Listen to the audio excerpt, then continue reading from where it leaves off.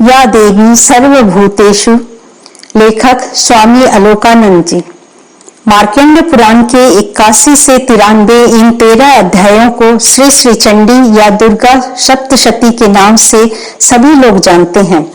मार्कंड पुराण में यह देवी महत्व के नाम से भी प्रसिद्ध है। यह ग्रंथ 3 चरित्रों में विभक्त है। तीनों चरित्रों की अधिष्ठात्री देवियां क्रमशः इस प्रकार हैं: महाकाली, महालक्ष्मी एवं महासरस्वती। प्रथम चरित्र में मधुकैटभ वध, मध्यम चरित्र में महिषासुर वध एवं उत्तर चरित्र में शुंभ निशुंभ वध का आख्यान वर्णित है। समग्र ग्रंथ में 4 स्तुतियां प्रधान एवं महत्वपूर्ण हैं। देवी के महत्व बोधक ये चारों स्तुतियां इस प्रकार हैं: प्रथम अध्याय में ब्रह्माकृत त्वं स्वाहा इत्यादि, मध्यम चरित्र के चतुर्थ अध्याय में शक्रादिकृत देवी स्तुति, उत्तर चरित्र के पंचम अध्याय में देवताओं के द्वारा किया हुआ नमो दिव्यै इत्यादि एवं एकादश अध्याय में देवी प्रपन्नार्ति हरे इत्यादि नारायणी स्तुति। इन सभी स्तवों में नमो दिव्यै स्तोत्र पौराणिक या तांत्रिक देवी सूक्त के नाम से भी प्रसिद्ध है। अपराजिता स्तव के नाम से भी यह परिचित है। इस स्तोत्र के महत्व के संबंध में लक्ष्मी तंत्र में कहा गया है: नमो दिव्यादिकं देवी सुक्तम सर्वफलप्रदम इमां देवीं स्तव नित्यं स्तोत्रेण मामिह क्लेशानतीत्य सकलान ऐश्वर्य महदश्नुते। प्राधानिक रहस्य की गुप्तवती टीका में कहा गया है: इन चारों स्तोत्रों में पंचम अध्यायक्त यह स्तुति श्री श्री चंडी के तुरीय स्वरूप का स्तव है। अन्य तीनों महाकाली, महालक्ष्मी एवं महासरस्वती ये व्यष्टि चरित्र त्रय के स्तव हैं। तस्याश्च व्यष्टि रूपाणि त्रीणि महाकाली, महालक्ष्मी, महासरस्वती। तेन समष्टि रूपैव चंडिका तुर्या धर्मी रूपा निर्गुणा किंतु पंचमीति स्थिति। इस स्तव में देवताओं ने पृथक पृथक वस्तु में निहित शक्ति रूप में अवस्थित एक अद्वितीय सत्ता के रूप में देवी का दर्शन किया है। सृष्टि की सभी वस्तुओं में एक ही चैतन्य सत्ता विद्यमान है। सर्व वस्तुओं में अंतर्निहित इसी चैतन्य शक्ति के बोध से ही सभी साधनाओं की सार्थकता है। वेद में भी कहा गया है: सर्वम खल्विदम ब्रह्म। यह ब्रह्म ही देवी शक्ति रूपिणी है। श्री रामकृष्ण देव कहते हैं: जिन्हें तुम ब्रह्म कहते हो उन्हें ही मैं काली कहता हूँ। राम प्रसाद ने भी गाया है: काली ब्रह्मो जेने मर्मो धर्म धर्मो सब छेड़ेची। काली के मर्म को समझकर मैंने धर्म अधर्म सबको छोड़ दिया है।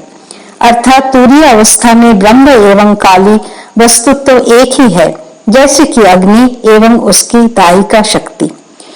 प्राचीन काल में शुंभ एवं निशुंभ नामक असुरों ने अपने शक्ति के प्रभाव से स्वर्ग राज्य पर अधिकार कर देवताओं को हटा दिया था। राज्यच्युत अपमानित देवताओं ने उसी अपराजिता देवी को सम्यक रूप से स्मरण किया। त्वां देवीं स्मरणत्य पराजिता। उन लोगों ने देवी का पूर्व प्रतिश्रुत आपातकाल में स्मरण करने पर मैं तुम लोगों के समस्त बड़ी विपत्तियों का तत्क्षण नाश करूंगी, इस वाक्य का स्मरण कर उनके लिए जो वंदना की थी उसमें से 14 से 80 मंत्रों तक देवी के विष्णु माया इत्यादि 23 रूपों का वर्णन है। किसी किसी मतानुसार धीति एवं पुष्टि नाम से अधिक रूपोदय गृहित होने पर भी कात्यायनी तंत्र मत में उसे अनाश कहा गया है। विष्णु माया चेतना च बुद्धि निद्रे क्षुधा तथा छाया शक्तिश्च तृष्णा च शांति जातिस्ततः परम लज्जा शांतिस्ततः श्रद्धा कांतिर्लक्ष्मीस्ततः परम वृत्ति स्मृति दया चैव तुष्टिर्माता ततः परम भ्रांति व्याप्तिश्चेतिश्चैव त्रयोविंशति संख्यका इतो अधिक मनाश स्वातंत्रे कात्यायने स्फुटम। कात्यायनी तंत्र के मतानुसार गृहित इन 23 रूपों के आध्यात्मिक तत्व की संक्षेप में चर्चा करता हूँ। वेदांत दर्शन में ब्रह्म स्वरूप को जन्माद्यस्य यतः कहा गया है। जन्म स्थिति संहार जिनसे होता है वही ब्रह्म है। शंका होती है कि निर्गुण निराकार ब्रह्म किस प्रकार से ये सभी कार्य करते हैं। श्रुति कहते हैं तदच्छैत बहुश्याम प्रजायेय इति। उन्होंने इच्छा की कि एक मैं बहु अनेक बनूंगा एवं वे सृजन करते हैं। यहाँ इक्षण शब्द लक्षणीय है। अशब्द, अस्पर्श, अरूप, अव्यय सत्ता जब इक्षण करते हैं तब उनके कार्य में जो शक्ति सहायक होती है उन्हें ही यहाँ विष्णु माया कहा गया है। विष्णु माया मूला अविद्या है, जो अव्यक्त को सत्व रज तमक गुणों के द्वारा विभक्त कर व्यक्त रूप से प्रकाशित होती है, वही विष्णु माया है। भास्कराचार्य अपनी गुप्तवती टीका में कालिका पुराण से वचन उद्धृत करते हुए कहते हैं, अव्यक्तम व्यक्त रूपेण रज सत्व तमो गुणै विभज्य यार्थ कुरुते विष्णु मायति सच्यते। ब्रह्मवैवर्त पुराण में कहा गया है, सृष्टि माया पूरा सृष्टो विष्णुना परमात्मना मोहितम मायया विश्वम विष्णु माया प्रकीर्तिता। श्री भगवान ने गीता में कहा है, प्रकृतिम स्वामधिष्ठाय संभवात्मा मात्मया। यही आत्ममाया ही विष्णु माया है। परमात्मा की इसी शक्ति ने जगत का सृजन कर उसी में सबको मोहित करके रखा है। अज्ञानाच्छन्न जीव इसीलिए अनात्मा में आत्मबुद्धि आरोप कर जन्म जन्मांतर परिभ्रमण करते रहता है। मुमुक्षु इसी माया का अतिक्रम करने के लिए उनके शरणागत होकर कहते हैं, या देवी सर्वभूतेषु विष्णु मायेति शब्दिता नमस्तस्यै नमस्तस्यै नमस्तस्यै नमो नमः। जो देवी सभी प्राणियों में विष्णु माया नाम से अभिहित है, उन देवी को प्रणाम, उनको प्रणाम, उनको प्रणाम, प्रणाम प्रणाम। प्रत्येक श्लोक में इस प्रणाम बाहुल्य का तात्पर्य समझना आवश्यक है। 3 बार नमस्तस्यै एवं 1 बार नमो नमः कहा गया है। पहला विष्णु माया सात्विकी, राजसी एवं तामसिक भेद से त्रिरूपा है। सृष्टि कार्य में वो राजसी, स्थिति या पालन में सात्विकी एवं संहार में तामसी है। दूसरी ओर देवी आदि भौतिक, आदि दैविक एवं आध्यात्मिक स्वरूप में भी त्रिरूपा है। स्थूल सर्वभूत में उनका आदि भौतिक प्रकाश व्यक्त है, सूक्ष्म महती शक्ति रूप में उनका आदि दैविक रूप एवं स्थूल सूक्ष्म के अतीत कारण रूपिणी विष्णु माया देवी का आध्यात्मिक रूप है। इन्हीं 3 रूपों को 3 बार नमस्तस्यै मंत्र द्वारा प्रणाम अर्पण किया जाता है। स्थूल रूप में आदि भौतिक सत्ता को कायिक प्रणाम अर्पण किया जाता है। सूक्ष्म रूप में आदि दैविक सत्ता को वाचिक एवं कारण रूप में आध्यात्मिक सत्ता को मानसिक प्रणाम से सूचित किया गया है। अंत में तुरीय एवं तुरीयातीत अवस्था द्वय को ध्यान में रखकर नमो नमः कहा गया है। श्री श्री चंडी का दंशोद्वार टीकाकार कहते हैं, त्रिरुक्तिस्ततु प्रसादेने उक्तम च विशदे विस्मये हर्षे खेदे दैनावधारणे प्रसादने संभ्रमे च द्विस्त्रीरुक्तम न दुष्यति। यद्वा कायिक वाचिक मानसिक नमस्कार सूचनाय त्रिरुक्ति तस्यै पदस्यापि विष्णु मायादीनां सात्विकादि भेदेन त्रिविधत्वात्। दूसरा चेतना, तत्पश्चात चेतना रूपिणी के प्रति प्रणाम अर्पण किया गया है। चेतना शब्द के अर्थ को लेकर टीकाकारों में मतभेद है। गुप्तवती टीकाकार जीव नाड़ी को चेतना कहते हैं। नागोजी भट्ट कहते हैं, चेतना निर्विकल्पा या चित शक्ति ऋत्युच्यते। चतुर्धरी टीकाकार ने अंतकरण वृत्ति को ही चेतना कहा है। तत्व प्रकाशिका टीका में सर्वेंद्रिय प्रवृत्ति के हेतु स्वरूप अंतकरण की शक्ति विशेष को चेतना कहा गया है। किसी किसी मतानुसार सुख दुखानुसंधान शक्ति ही चेतना है। सभी मतों की सामंजस्य की दृष्टि से सभी इंद्रियों की प्रवृत्ति हेतु स्वरूप अंतकरण वृत्ति विशेष को ही चेतना कहने से अत्युक्ति नहीं होगी। स्थूल में यह चेतना नाम रूपाकार में अभिव्यक्त विश्व, सूक्ष्म में प्राण शक्ति रूप में तेजस एवं कारण में अव्यक्त रूप में प्राज्ञ है। इन तीनों के अतीत निर्विशेष तूर्य ब्रह्म चैतन्य है। यही चेतना जीव में अंतर्निहित है, परंतु उसके बोधन जागरण की आवश्यकता है।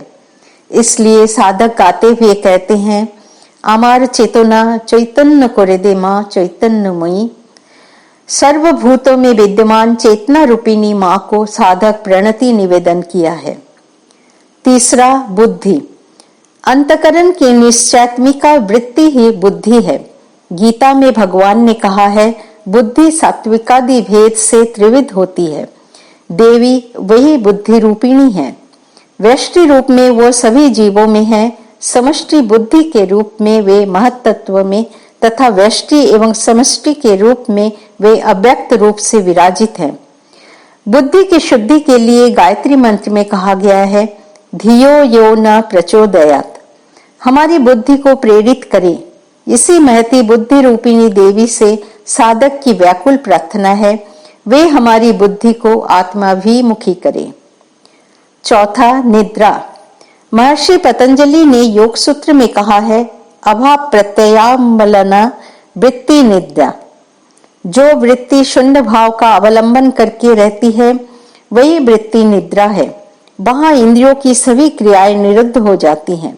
इस अवस्था में जीव का न किंचित वेदिशम, मैं कुछ नहीं जानता, ऐसा अनुभव जिस सत्ता में होता है वो देवी का निद्रा रूप है। वास्तव में जब तुम अभाव प्रत्यय रूपिणी होकर आत्म प्रकाश करती हो, उस समय तुम्हारा वो परम प्रेममयी सुषुप्ति मूर्ति की गहराई में इंद्रिय व्यापार जनित कर्म से क्लांत होकर हम लोग परम सुख की प्राप्ति करते हैं। साधक उस परम शांति रूप निद्रा रूपिणी की प्रसन्नता के लिए प्रणाम करते हुए कह रहे हैं, नमस्तश्यै इत्यादि। पांचवा, क्षुधा अर्थात भोजन करने की इच्छा। जन्म से ही जीवों में भोजन इच्छा जागृत रहती है। अन्नमय कोष द्वारा रचित स्थूल शरीर में स्वस्थ अवस्था में स्थूल आहार के लिए भोजन इच्छा रहती है। अन्य चारों कोषों में भी उसी प्रकार से उन्हीं अवस्थानुसार क्षुधा की अभिव्यक्ति देखी जाती है। प्राणमय कोष का आहार जीवनी शक्ति है, मनोमय कोष का चिंतन विचार, विज्ञानमय कोष का ज्ञान एवं आनंदमय कोष का प्रीति हर्ष इत्यादि आहार हुआ करता है। इस प्रकार पंच कोशों के द्वारा विभिन्न प्रकार का आहार ग्रहण करते हुए जीव उस परम सत्ता की ओर अग्रसर होता है। वस्तुतः वो परमा शक्ति क्षुधा रूप में जीवों को ऊर्ध्व गति विधान करती है। साधक उस क्षुधा रूपिणी देवी को प्रणाम करते हुए संसार क्षुधा की आत्यंतिक निवृत्ति हेतु प्रार्थना कर रहे हैं। छठवां, छाया। कठोपनिषद में कहा गया है, छाया तपो ब्रह्मविदो वदन्ति। छाया अर्थात जीवात्मा। छाया शब्द का अर्थ है प्रतिबिंब। चित्त प्रतिबिंब ही जीव है। स्थूल, सूक्ष्म और कारण, इन तीनों शरीरों में यह छाया या चित्त प्रतिबिंब है। परमात्मा का आच्छादक यही जीवत छाया है। सब कुछ अव्यक्त ब्रह्म है, किंतु जीव बोध ही ब्रह्म बोध का आच्छादक बना हुआ है। प्रत्येक जीव के इस आवरण को दूर करने हेतु साधक इस छाया रूपिणी देवी से निरंतर प्रार्थना करता है। महामाया के द्वारा द्वार खोलने से ही यह आवरण दूर होगा। अतः परमात्मा के संग ऐक्य बोध में ही जीवन की सार्थकता है। सातवां, शक्ति। प्रत्येक जीव में दृक् शक्ति, श्रवण शक्ति, वाक शक्ति इत्यादि कई प्रकार की शक्तियां देखने को मिलती हैं। अज्ञानता के कारण जीव सोचता है ये सभी हमारी शक्तियां हैं। वस्तुतः जीव की कोई शक्ति नहीं होती, वो शक्ति से संयुक्त होकर शक्तिमान होता है। अतः शक्ति एक पृथक सत्ता है। जगत व्यापी इसी एक शक्ति की ही क्रीड़ा है, वैचित्र है। वो शक्ति है परमा शक्ति रूपिणी देवी। यही शक्ति जब शव के साथ युक्त होती है तो शिव हो जाता है। शिव शक्त्या युक्तो यदि भवति शक्ति प्रभवितुम। श्री रामकृष्ण देव कहते हैं, छोटे बच्चे सोचते हैं कि आलू, परवल, बैगन सभी जीवंत हैं, इसलिए उछल रहे हैं, किंतु जिनको ज्ञान है वे समझा देते हैं ये सब्जियां अपने आप नहीं कूद रही हैं। पतीले के नीचे आग जल रही है, इसलिए ये उछल रहे हैं। यदि लकड़ी हटा ली जाए तब वे नहीं उछलेंगे। जीव का मैं करता हूँ यह अभिमान अज्ञान से होता है। ईश्वर की शक्ति से सब कुछ शक्तिमान है। एक ही शक्ति है, क्रिया के अनुसार उसके विविध नाम हैं। श्रुति उस शक्ति को कहती है, श्रोत्रस्य श्रोत्रम मनसो मनः यत। इसी शक्ति से शक्तिमान होकर अल्पज्ञ जीव सर्वज्ञ सर्वविदित होता है। इसलिए इस शक्ति रूपिणी देवी को प्रणाम करते हुए साधक ने नमस्तश्री इत्यादि कहा है। 8वां तृष्णा। इस शब्द का अर्थ है प्यास, वासना, आकांक्षा इत्यादि। सांसारिक भोग विषयों की तृष्णा से जीव व्यग्र हो जाता है, अवसादग्रस्त हो जाता है, किंतु ईश्वर कामना नहीं होती। आत्म स्वरूप को जानने की आकांक्षा में कोई हानि नहीं है। यहाँ पर परम शांति प्राप्ति के लिए जीव की जो आकांक्षा तृष्णा है वो तो तुम ही हो। हे तृष्णा रूपिणी माँ, तुमने जीव को जिस प्रकार भोग वासना दी है, वैसे ही वैराग्य युक्त साधक के मन में ईश्वर लाभ की आकांक्षा भी जागृत कर दो। अज्ञानी जीव अज्ञानतावश विषय वासना की कामना करता है, परंतु वही जीव जब ईश्वर की कामना करता है तब उसकी विषय वासना का नाश हो जाता है। इसलिए तृष्णा रूपिणी तुम्हारा आश्रय लेकर क्षुद्र विषय तृष्णा के पार जाने के लिए ही जीव की यह व्याकुलता है। 9वां शांति। इस शब्द का अर्थ है क्षमा। प्रत्येक जीव में थोड़ी बहुत क्षमा भावना रहती ही है, किंतु वो क्षमा सर्वदा स्वार्थ युक्त रहती है। संसारासक्त जीव से सर्वदा जीवन पथ पर चलते हुए भूल हो ही जाती है, किंतु आत्म स्वरूप के संबंध में अज्ञानता ही जीव की सबसे बड़ी भूल है। संसारासक्त जीव की सभी त्रुटियां तुम क्षमा करती हो, इसलिए तुम क्षमा रूपिणी हो। तुम्हारी यह क्षमा जीव की ऊर्ध गति में सहायक होती है, इसलिए क्षमा रूपिणी तुम्हें अज्ञानी साधक प्रणाम करता है। 10वां जाति। जो नित्य होकर भी अनेक पदार्थों में संयुक्त है उसे जाति कहते हैं। जैसे मनुष्य में मनुष्यत्व, ब्राह्मण में ब्राह्मणत्व, क्षत्रिय में क्षत्रियत्व इत्यादि। इस प्रकार वैष्णव जाति समूह वास्तव में एक अद्वितीय जाति की तरंग मात्र है। जाति शब्द का अर्थ उत्पत्ति माना जाए तो कहा जा सकता है कि वे सभी वैष्णव जाति एक ही माँ की संतान है। प्रलय काल में जब वैष्णव का विलय होता है तो एक जाति रूपिणी देवी ही विद्यमान रहती हैं। सर्वभूतों में जाति रूप में अवस्थित देवी को साधक नमस्कार करते हैं। 11वां लज्जा। कर्तव्य कर्म के प्रति निष्क्रियता और कुकर्म के आचरण से दूसरे के निकट अथवा स्वयं अपने में जो संकोच भाव उत्पन्न होता है वही लज्जा है। देवी की लज्जा मूर्ति जीव को उच्छृंखलता से संयत करती है, इसलिए अपनी संयम शक्ति के उन्मेष के लिए सर्व प्राणियों की लज्जा रूपिणी देवी को साधक नमस्कार कर रहे हैं। 12वां शांति। शम धातु से शांति शब्द निष्पन्न होता है। शम धातु का अर्थ है उपशम, उपरति है।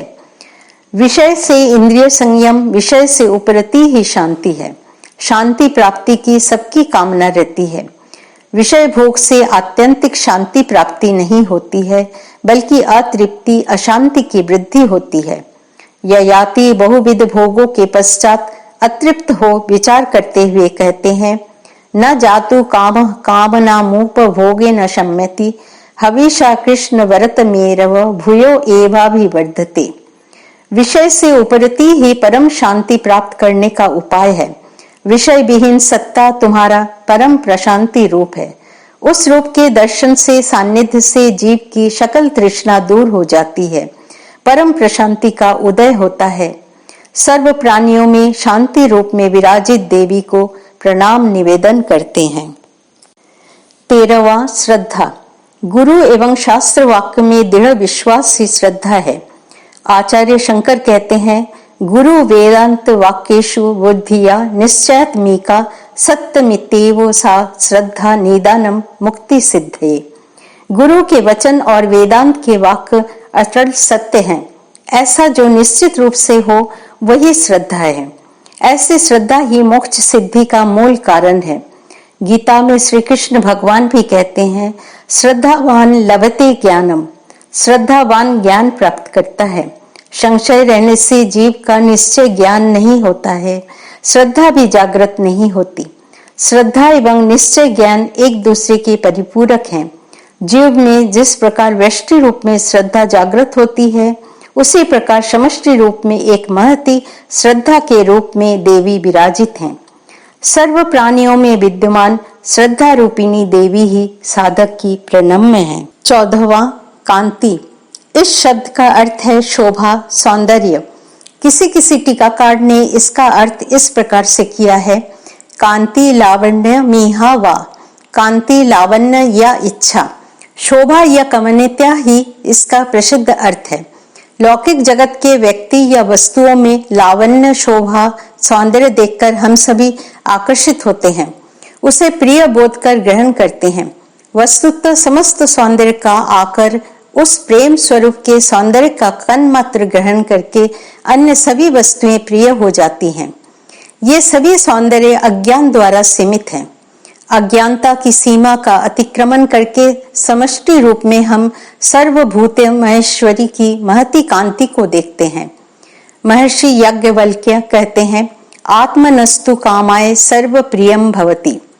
साधक ने यहाँ पर सीमा के बीच असीम उसी परम सौंदर्य रूपिणी देवी को ही प्रणाम निवेदन किया है। 15वां लक्ष्मी अर्थात धन आदि संपत्ति।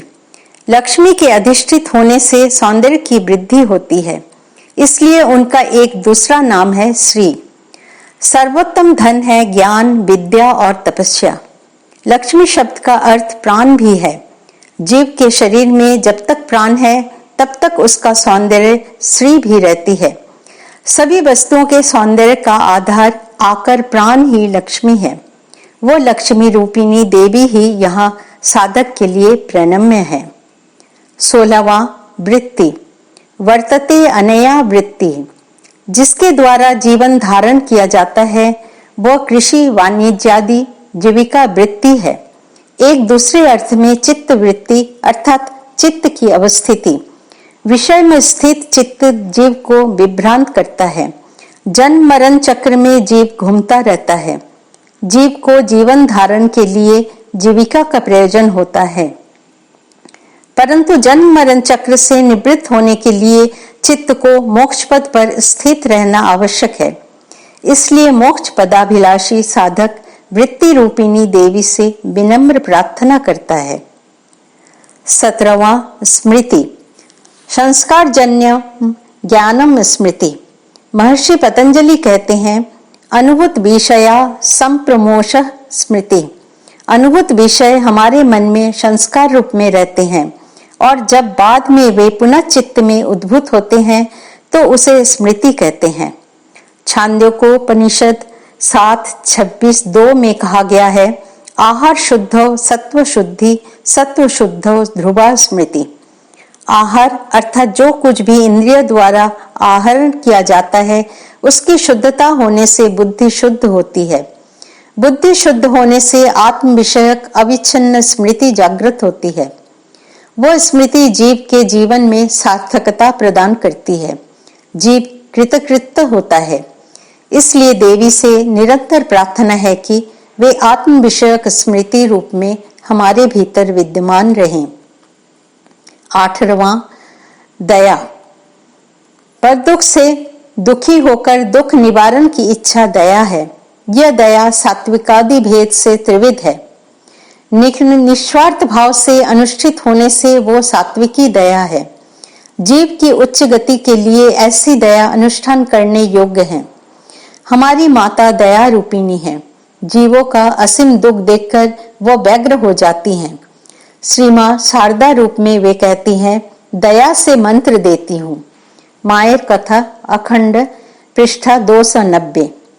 ये दया रूपिणी प्रत्येक प्राणियों के दुख में दुखी होने के लिए हमें प्रेरणा देती हैं, क्योंकि वे सभी प्राणियों में विद्यमान हैं। दूसरे पर दयावान होकर वस्तुतः हम लोग माँ की कृपा प्राप्ति के योग्य बनते हैं।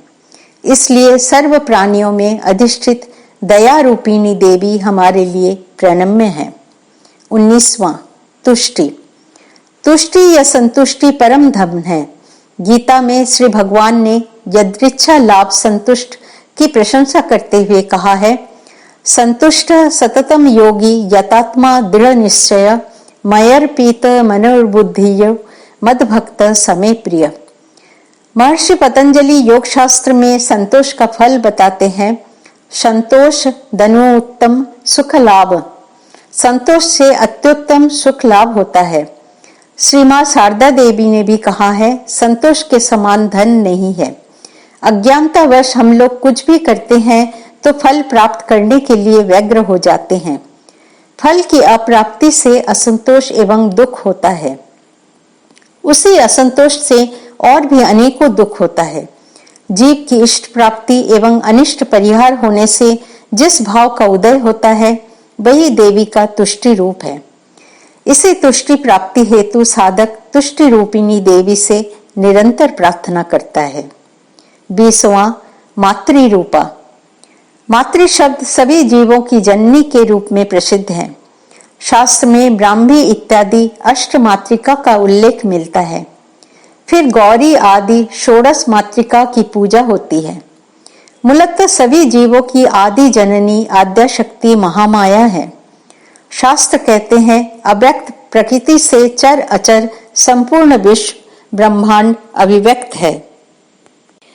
तयै तन्मोज्झते विश्वम सैव विश्वम प्रसूयते। इसलिए हे माता, तुम ही सबकी जननी मातृरूपिणी हो। 21वां भ्रांति। ज्ञान दो प्रकार का होता है, प्रमा या यथार्थ ज्ञान एवं भ्रांति या भ्रम ज्ञान। जो वस्तु जैसी नहीं है उसे उस रूप में जानना ही भ्रांति है। वो भ्रांति दो प्रकार की होती है, अतत्वों में तत्व बुद्धि एवं तत्वों में अतत्व बुद्धि। वेदांत दर्शन में कहा गया है, संवादी भ्रम एवं विसंवादी भ्रम। पंचदशीकार ने एक रूपक के द्वारा इस विषय में कहा है, दीप प्रभा मणि भ्रांति वीर संवादी भ्रम स्मृत मणि प्रभा मणि भ्रांति संवादी भ्रम उच्यते। किसी व्यक्ति ने अंधकार में दूर से प्रज्वलित दीप प्रभा को देखकर मणि के भ्रम में मणि की प्राप्ति हेतु उधर प्रस्थान किया, किंतु उसने देखा कि मणि नहीं, ये तो दीप जल रहा है। यह विसंवादी भ्रम है। कोई मणि प्रभा प्रज्वलित देखकर मणि के भ्रम में वहां जाकर मणि को प्राप्त करता है, यह संवादी भ्रम है। उसी प्रकार सगुण साकार उपासना ब्रह्म के अपरोक्ष ज्ञान जैसा यथार्थ वस्तु नहीं होने पर भी मुक्ति का कारण होता है। भ्रांति रूपिणी देवी के द्वारा कृपा करके भ्रम का आवरण दूर कर देने से जीव को मुक्ति फल करतलगत हो जाता है। 22वां व्याप्ति। देवी सर्वव्यापी हैं। वस्त्र में जैसे तंतु, मणिमाला में जैसे धागा या सूत्र अनुसूत्र रहता है, उसी प्रकार सभी प्राणियों में देवी चक्षु आदि इंद्रियों की अधिष्ठात्री के रूप में व्याप्त हैं। वे सभी इंद्रियों की संचालिका हैं। श्रुति ने भी कहा है, श्रोत्रस्य श्रोत्रम मनसो मनयत इत्यादि। साधक चर अचर सब में अधिष्ठित सर्वव्यापिनी देवी को व्याप्ति रूप में प्रणाम कर रहे हैं। 23वां चीति। चीति स्वतंत्रा विश्व सिद्धि हेतु। विश्व के सृष्टि संहार में जो स्वतंत्र है वे चैतन्यमयी ही चिति है। शिव एवं शक्ति अभिन्न है, ब्रह्म एवं उनकी शक्ति अभिन्न है। श्री रामकृष्ण देव कहते हैं, इसलिए ब्रह्म और शक्ति अभिन्न है। एक को मानो तो दूसरे को भी मानना पड़ता है। जैसे अग्नि और उसकी दाहिका शक्ति, अग्नि को मानो तो दाहिका शक्ति को भी मानना पड़ता है। बिना दाहिका शक्ति के अग्नि का विचार नहीं किया जा सकता है। फिर अग्नि को छोड़कर दाहिका शक्ति का विचार नहीं किया जा सकता है। सूर्य को अलग करके उसके किरणों की कल्पना नहीं की जा सकती। न किरणों को छोड़कर कोई सूर्य की हुई सोच सकता है। स्वयं प्रकाश लीला चिति रूप में जो इस समय जगत में व्याप्त हैं, साधक उनको प्रणाम कर रहे हैं। देवी महत्व ग्रंथ के अपरिजिता स्तव में देवी को इन्हीं 23 रूपों में हम प्राप्त करते हैं, किंतु वह अन्य कई विभिन्न रूपों में विद्यमान है। जिस प्रकार गीता में भगवान श्री कृष्ण अर्जुन को अपनी विभूतियों का वर्णन करते हुए कह रहे हैं, विष्टभ्यामिंद कृतस्न मेकांशेन स्थितो जगत। स्मृति ने भी कहा है, पादोश्च विश्वभूतानि। उस अनंत रूपिणी की केवल अल्प मात्र ही इस स्तुति में अभिव्यक्त हुआ है, शेष सब अव्यक्त हैं। उस अनंत रूपिणी को स्थूल, सूक्ष्म एवं कारण अथवा कायिक, मानसिक एवं बौद्धिक रूप से नमस्तस्यै पद के 3 बार उच्चारण के द्वारा प्रणाम निवेदन किया गया है। अंत में नमो नमः पद में चतुर्थ प्रणाम निवेदन किया गया है। जहाँ प्रणम्य, प्रणाम एवं प्रणामकर्ता में त्रिविध भेद विलय होकर एक अद्वैत सत्ता का स्फुरन होता है, वहां जीव ब्रह्म एक बोध से साधक आनंद में विभोर हो जाता है। उसी परमानंद के स्वरूप में एकत्व बोध के लिए देवताओं द्वारा कृत अपराजिता स्तव श्रद्धा भक्ति सहित पठनीय है। जय श्री मां।